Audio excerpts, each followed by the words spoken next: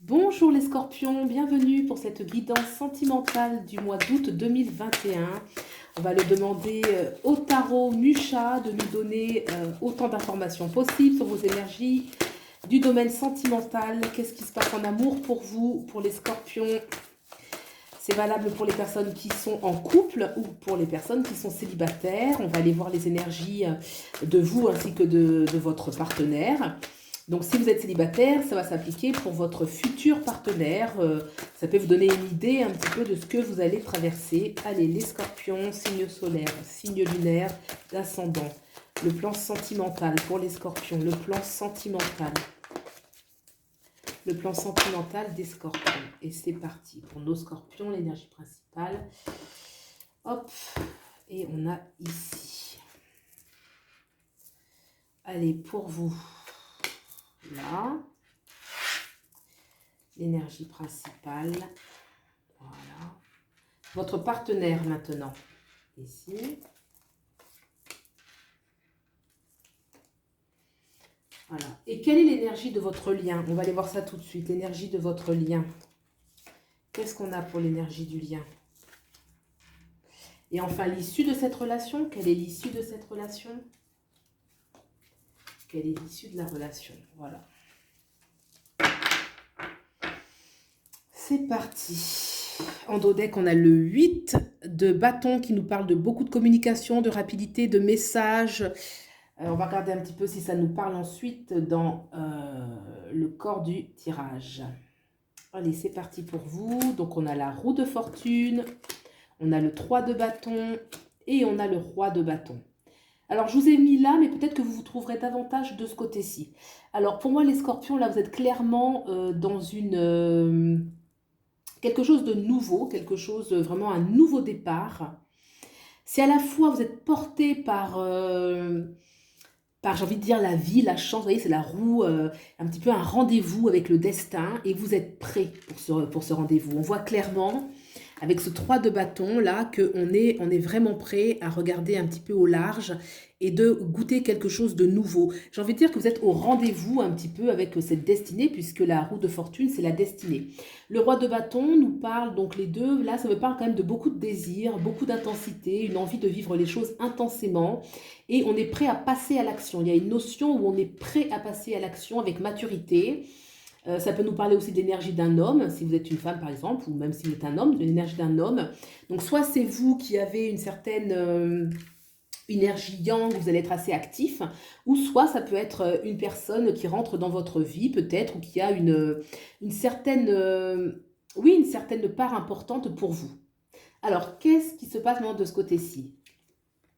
On a le roi de pentacle, on a l'ermite, et on a ce 9 de coupe. Alors, de ce côté-ci, on a envie de construire les choses, on a envie d'être dans... oui, on a envie de construire les choses, mais il y a quelque chose où on se sent seul en même temps. Alors, qu'est-ce qui fait qu'on se sent seul? Est-ce qu'il y a un manque de communication? On a vu qu'il y avait le 8 de bâton qui parle justement de communiquer. Est-ce que c'est une façon de dire, de mettre l'accent sur la communication? Là, il y a une sorte d'isolement, quelque chose qui empêche. Peut-être est-ce qu'on se sent seul? Avec le roi de bâton, avec le roi de denier, on voit qu'il y a quand même une envie de construire quelque chose de concret, de stable, d'être peut-être une invitation aussi à sortir, ici de ce côté-ci, sortir d'une certaine inertie. Quelque chose qui est trop... on est attaché un petit peu au passé, peut-être aux choses trop matérielles, et plutôt d'aller vers quelque chose de beaucoup plus léger, une satisfaction beaucoup plus grande. D'accord? Donc là, je vois déjà ici, il y a des énergies qui sont assez fluides de ce côté-ci, où la roue tourne, la destinée, on est prêt pour un nouveau départ, on est prêt à passer à l'action, on a vraiment envie de... Il y a du désir et de l'intensité. Et de ce côté-ci, c'est plus mitigé. Il y a quand même une part de soi où on se sent freiné, il y a des... comme si en fait l'énergie ne circulait pas aussi bien. On aimerait, mais il y a quelque chose qui bloque, il y a quelque chose qui empêche et qui du coup, on se sent un petit peu seul de ce côté-ci. Mais il y a quand même l'aspiration avec ce 9 de coupe, l'aspiration à l'abondance, l'aspiration à l'amour, l'aspiration au bien-être. On a envie de construire quelque chose de solide, mais peut-être que pour l'instant, on n'est pas totalement prêt. Alors, quel est le lien qu'il y a entre vous? On a le chariot et on a le diable. Alors là, dans le lien, déjà, on voit que c'est une énergie qui met vraiment la part belle sur, dans ces deux arcanes majeures, hein, le chariot et le diable. Donc déjà, l'intensité. Il y a une notion d'intensité, de passion. On a envie d'un nouveau départ où le plan physique va être important. On a envie de concrétiser les choses aussi avec le diable, hein. Il y a l'aspect physique, mais je dirais passionné. Il y a une énergie passionnelle qui se dégage de cela. Il y a vraiment, avec le chariot, une envie de nouveau départ. Là, on sent de ce côté-ci, hein, vous voyez qu'on est vraiment tourné vers le nouveau départ, on est prêt. Mais de ce côté-là, il y a quelque chose qui bloque. Est-ce que je peux avoir une carte pour l'ermite? Une carte pour l'ermite. L'indication sur l'ermite. On a l'empereur. Alors, il y a quelque chose qui bloque. Est-ce que c'est au niveau... Donc, c'est une arcane majeure, hein, c'est quand même assez fort comme message. Est-ce que c'est le travail qui préoccupe? Est-ce que l'esprit n'est pas totalement présent parce qu'on a des craintes au niveau professionnel? Est-ce que c'est une personne? L'empereur, ça peut être une situation professionnelle, ça peut être un conjoint déjà, une personne qui serait déjà dans la vie de cette personne, qui vient un petit peu bloquer. Est-ce qu'on se sent aussi contraint? Il y a quelque chose, oui voilà, donc ça peut être le travail ou une personne qui a beaucoup d'autorité. Ou alors la personne peut avoir beaucoup de responsabilités. En tout cas, il y a effectivement quelque chose qui vient freiner et l'empereur, c'est une énergie qui est assez forte. Donc, il va falloir le dépasser. Et beaucoup de responsabilités, je pense. Mais là, on voit qu'il y a un nouveau départ où on a envie vraiment de se faire plaisir. On a envie d'être dans la fusion, dans la passion, dans quelque chose qui est agréable à vivre, qui est décomplexé, hein. L'énergie du diable, c'est toujours une énergie où on est authentique dans ses désirs, dans ses passions, où on n'est pas dans la retenue. Vous voyez, donc là, il y a vraiment la part belle pour l'intensité. Donc, je dirais qu'il y a vraiment une énergie pour vous de possibilités. Parce que quand même, le chariot, c'est une carte. Vous voyez, le diable, on pourrait l'interpréter en disant que ça pourrait être que charnel, mais moi, je ne le sens pas comme ça.